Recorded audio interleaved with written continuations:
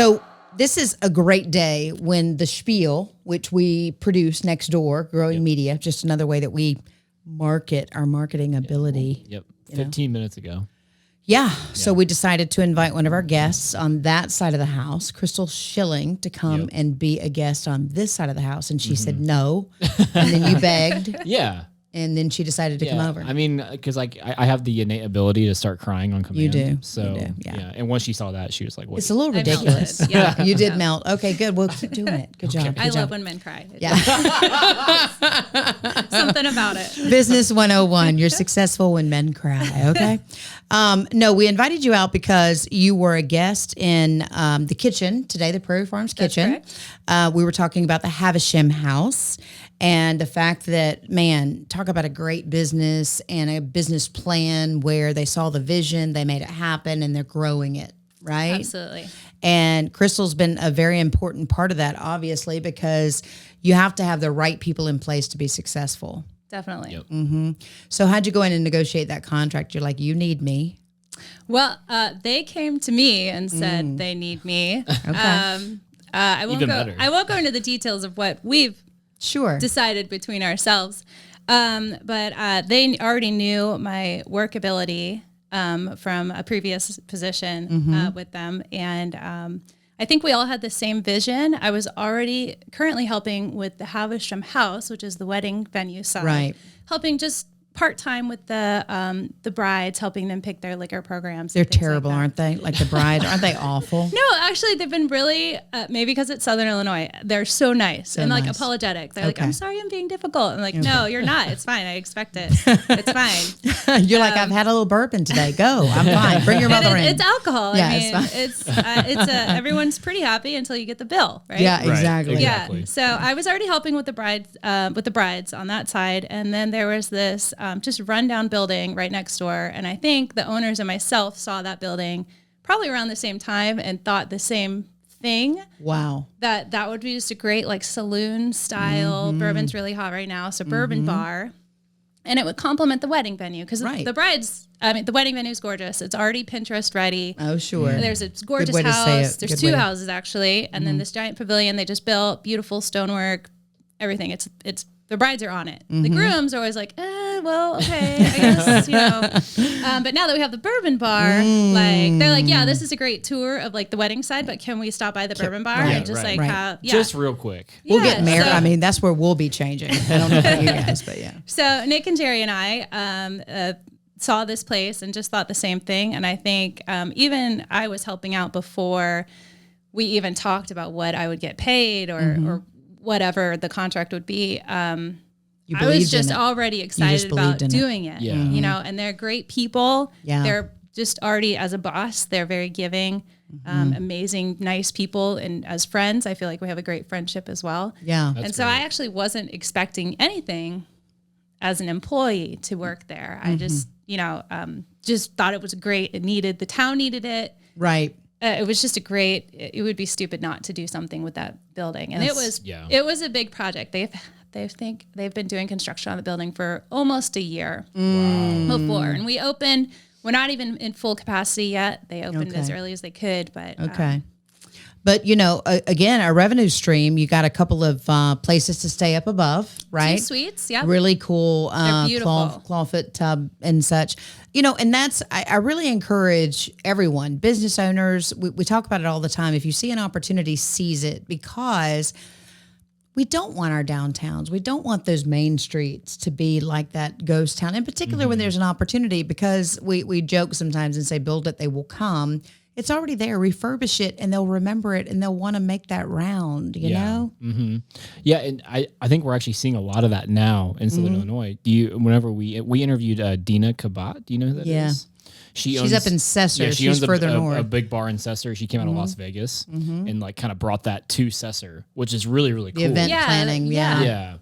And so it's like it's really cool that we're seeing all this pop up all over Southern Illinois. Yeah, and it takes courage because, you want to market your venue, and like you said, to be able to take care of the bride, the groom, the mom, the dad, the whole party, and then having the right amount of rooms and that type thing. So, and it takes money to build all that.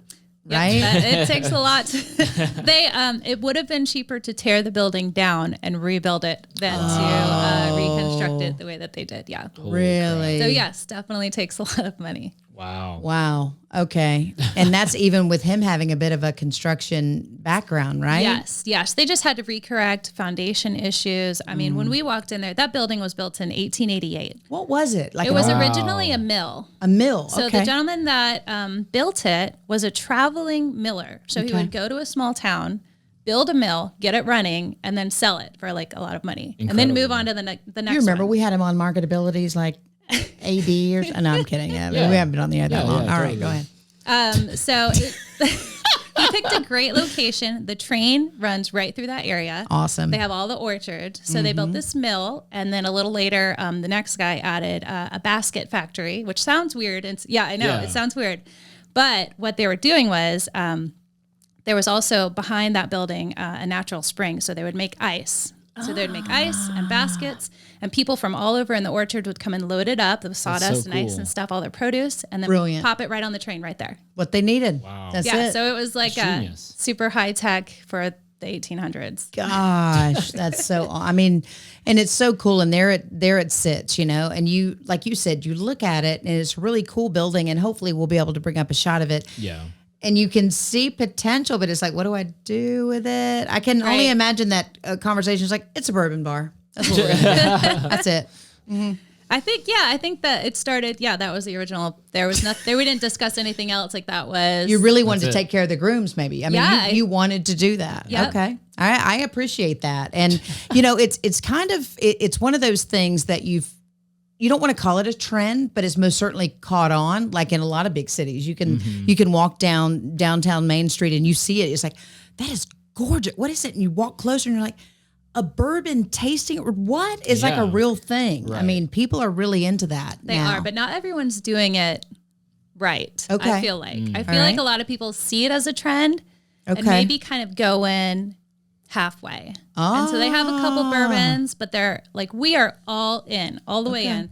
We have over 100 bourbons. Are you probably. Pappy in? Are you like Pappy? Pappy comes out in the first or second weekend in December, so we will If you have know, it. you know. You know, you know. Okay. But it's really hard to get. We're guaranteed at least one bottle, maybe two. That's so crazy to me. I don't understand. I don't understand that marketing. Let me tell you, I ran into that, and I'll name names. I'm not scared. They don't know the association, but John Deere will do the same thing. You know, Southern Illinois is known for farming. Middle Illinois, as a whole. Yeah. You're talking about a gajillion-dollar company, and they'll only build so many combines. Right. And you got these farmers, and I'm like, what kind of business philosophy is that? But it's just making the demand, right? Yeah. It's creating Right. that demand, and It's working. Maybe it's It's smart. working. It's definitely working for bourbon. Yeah, it- we have people just walk in and be like no idea what it would cost or anything. Just be like, hey, do you have Pappies? Do you have Blantons? Do you have any of these? And it's only because word of mouth. They've heard it somewhere that it's like the best, Okay, and they want it. and they want it, and they don't care. I tell you that all the time. People see it and they're like, I want that. I want And, that. and how much is like 2 fingers of?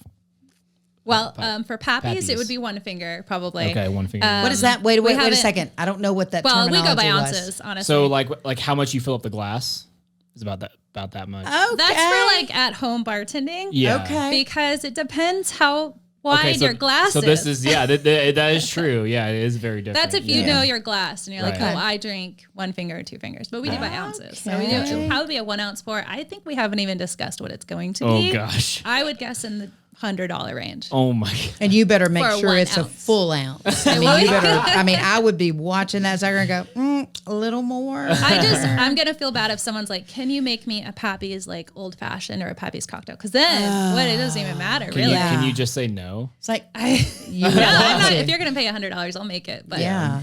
Wow. You know, so you've been around. You've worked for some very large businesses, well-known brands, chains. I have, yeah. What in the, you know, we love to just sit people down in here, and we've come up with some great ideas and concepts and such.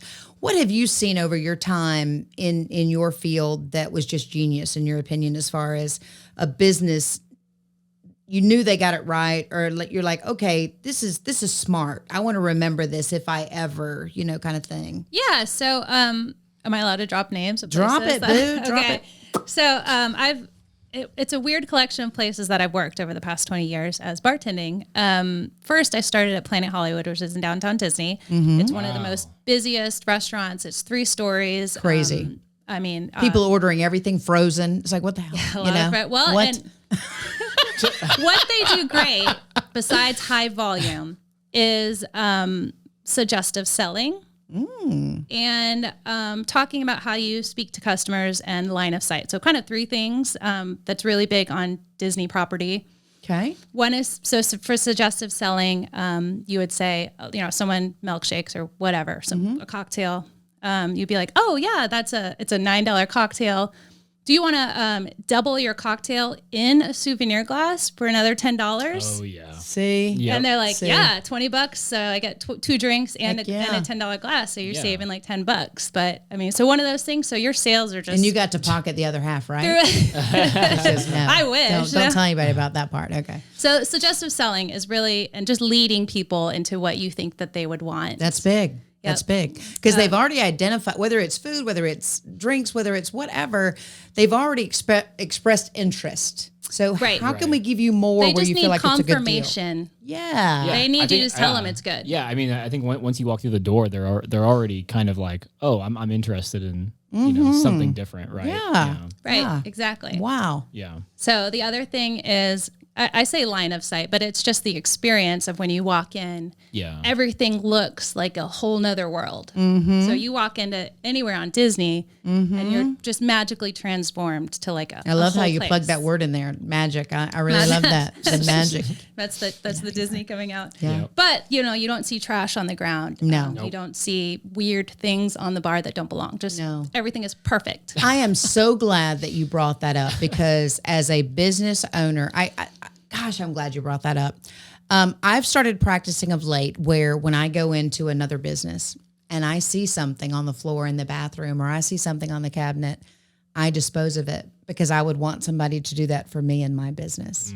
So rather than letting it get out of control because maybe that bathroom worker, they're busy. They're trying to get a couple of help out. Because you're right. It can make or break you. Somebody can go home based on that one experience. Well, I saw something on the blah, blah, and the bad, Yeah. There's places I won't eat because I walked in and there was a dusty corner or a sticky table or something. Wow. All the tables were sticky. I can't do that. Yeah. Then I don't just. You didn't bring your wet wipes and clean the tables for the owners of the restaurant? I do have a baby, so I do actually. I do that. Oh, she's that girl. She's like, oh, I'm about to cover that. Bring that high chair over. I got to cover for it. Then I got my wet wipes out here. Yeah, but look how well it's worked. My goodness. Yeah, they've got it down. They've got it. That's an art, right? Right. Yeah. It's like live theater, basically. It's always changing, but it's a perfect show every time. Yeah. Well, I think the whole point, right, is to take you out of your reality. Right. So it's like, I don't have this normal day job. I don't do all these other things with my life. Like that's right. Here, I'm just free to do whatever. Yeah. You know what I mean? Yep. And so people are free to do more money because they're not in their own reality. That's anymore. right. It's genius. Yeah. Exactly. Yeah. Just forget that credit card bill is coming. Yeah, exactly. Just enjoy the day, babe. It's great. At the end of the day, some people don't even care. Like they're like, I know. It's expensive when you go to Disney. It's like it's worth it, right? Right. Yeah. They've already mortgaged the house. It's fine. They've been saving up for 5 years to take their family. Yeah. Yeah. So any regrets? I think it's great. Do you find yourself applying some of those practices here, even in a more laid back community? You did share earlier that you still have those snobs, whether you've gone down to Disney, somebody who's going to act like they know everything. So they walk into the Bourbon bar, they're going to try to challenge you. Are you able to apply some of those same sort of just smile and make the customer happy kind of thing? Or I do kind of a happy medium there. Okay. I do want the customer happy. But if that means that I have to kind of lead them away from whatever mood they're in, that's right. It's psychology. You have to read people. Is that guy grumpy because of something that happened before he came in here and he's trying to take it out on me? How can I change that? Yeah. Right. It's all psychology. And you have to see it in their voice or in the way that they order.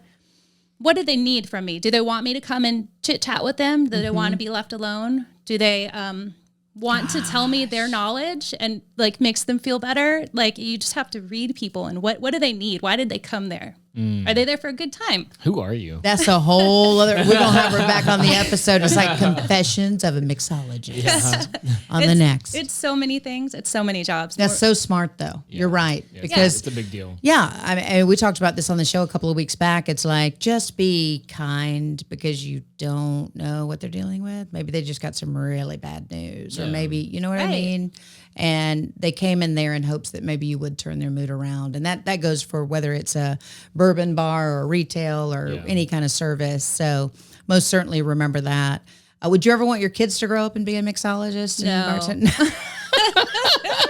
Just the psychologist part, right? I don't recommend a bar or restaurant industry to It's a anybody lot. who wants to have a family. It's a really really lot. hard. You work nights, you work weekends. Yes. Sometimes holidays, especially, but not, thankfully not in this job. They're really great. But Well, you're a boss now. You're it's like hard. a boss. Yeah, that's true. It's hard. It's hard on a family. Yeah, I think it is. That's why. But I recommend that everybody does that type of service work early college, on. definitely. Man, Yeah, when you do wait it. tables and drop some stuff, really get embarrassed. Yeah, absolutely. You know, I never could raise the tray all the way. I was most certainly this girl. I used to work at a pizza place, and You're gonna show off now. I would do the dishes, and we always did this thing with the dishes. The dishwasher would stack all the cups from the bus table and then bring them all back, and we'd stack like 30 of them. And so you'd be carrying it like this. Okay. And I went for like 40 one time, and I dropped like 20 on the customer.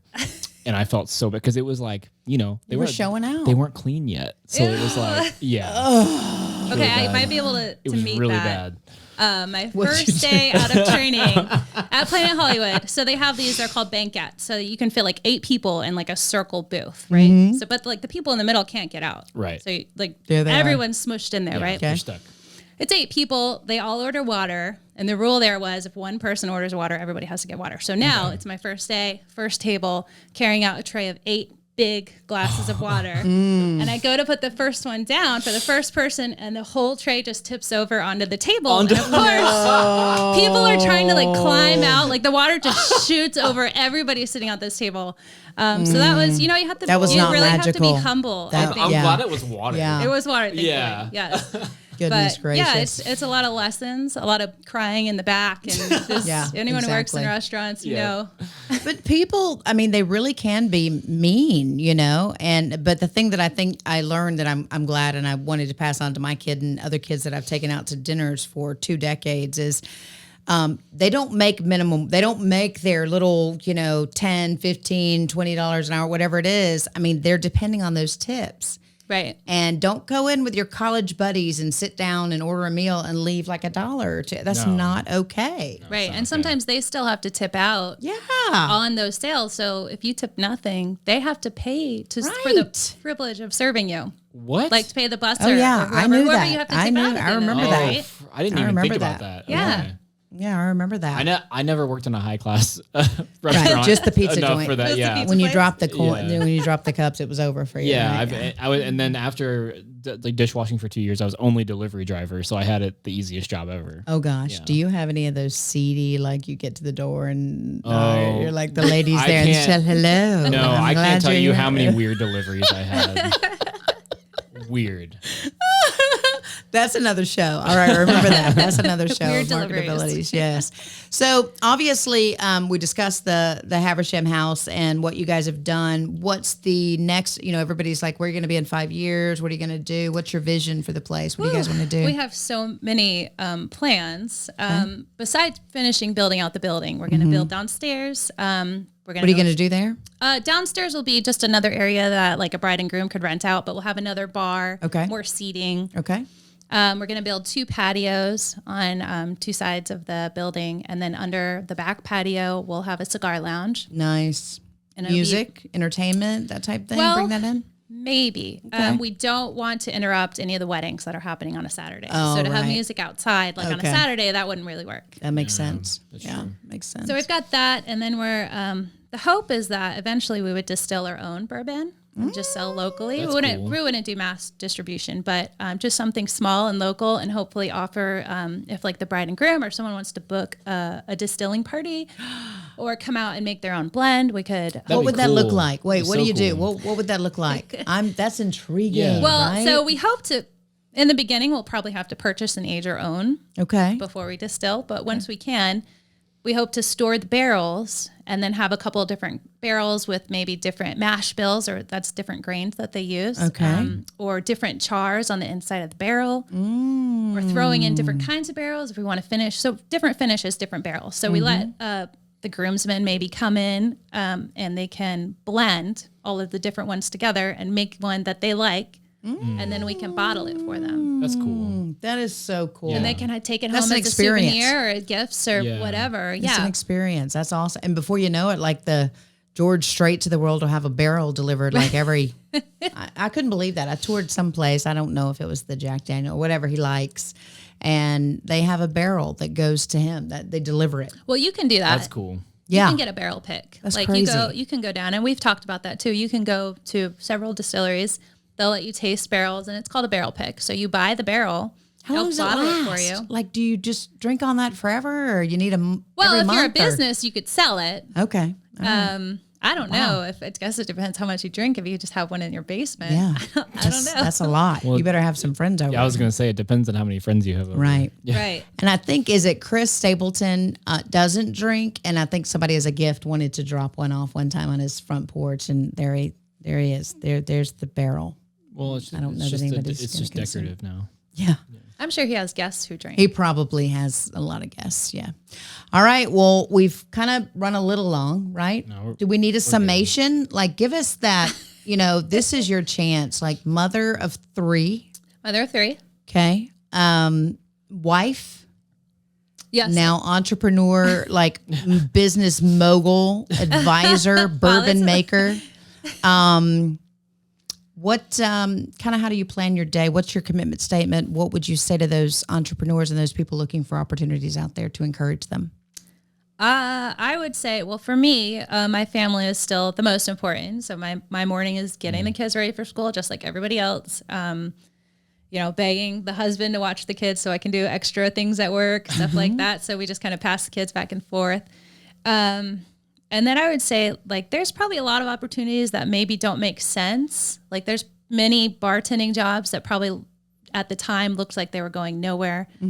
But now I'm using that, and it's a combination of all of the jobs that I've had that I can bring now to Southern Illinois. And at the time, it's nothing different in Florida, but when I bring it to Southern Illinois, it's a whole new ball game. That's right. And I think using all of those experiences in your new position can only benefit, and still keep learning. You're never done. I'm still reading books and listening to podcasts about all sorts of bourbon, cigars, other alcohols, and just history and fun anecdotes and things like that.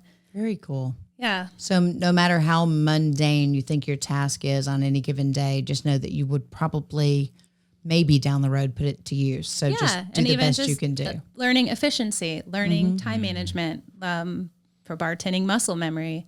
There's just so many little things, and Love that. Yeah. Good.